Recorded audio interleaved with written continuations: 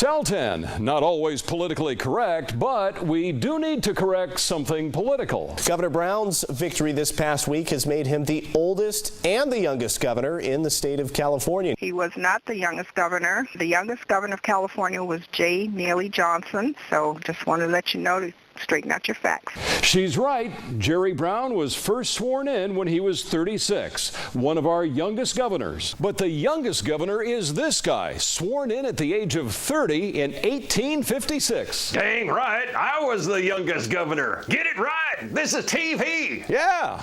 What the hell's TV? Well, now, Jerry Brown is the oldest governor sworn in at the age of 72. But you were not a Republican or a Democrat. True story. My political party was called Know Nothing.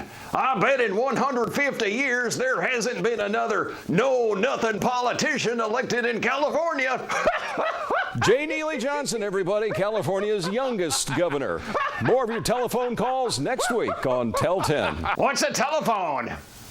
And now a call about last week's Tell 10.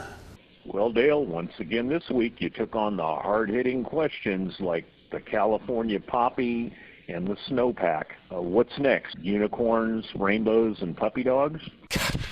Mason. Yeah. We got to drop a few stories. The unicorn, Okay.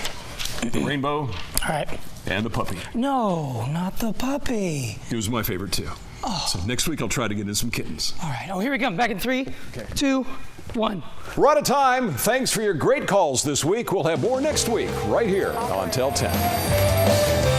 Why is it that during some of our newscasts, Christina is on the right and I'm on the left? Well, what I was always curious about is how come that you and Christina sit on opposite sides at the glass table than you do at your news desk. It seems to be weird that you're sitting on different sides during each newscast. What's the significance of that? Well, it's like this. I'm not Dale. I'm camera 4, at least in the minds of the directors who call the camera shots during the newscast. And Christina is better known as camera 2. The two news sets face each other from opposite sides of Studio A, and our 3 cameras are lined up in the middle. On the 11 p.m. news desk, I read to camera 4, as I've done for years, and Christina reads to camera 2. And when we switch to the opposite side of the studio for the 5 and 6 p.m. newscasts, we sit on opposite sides of the table, so I can still be angled to camera 4, and Christina is facing camera 2. Directors need to call camera shots very quickly, and they always know, no matter what news set we're on, I'm camera 4, Christina is camera 2. The hardest working studio camera is actually cam 3, which gets all of our 2 shots, but is better known to the directors as Monica. Maybe too much information, but when you ask, we tell 10.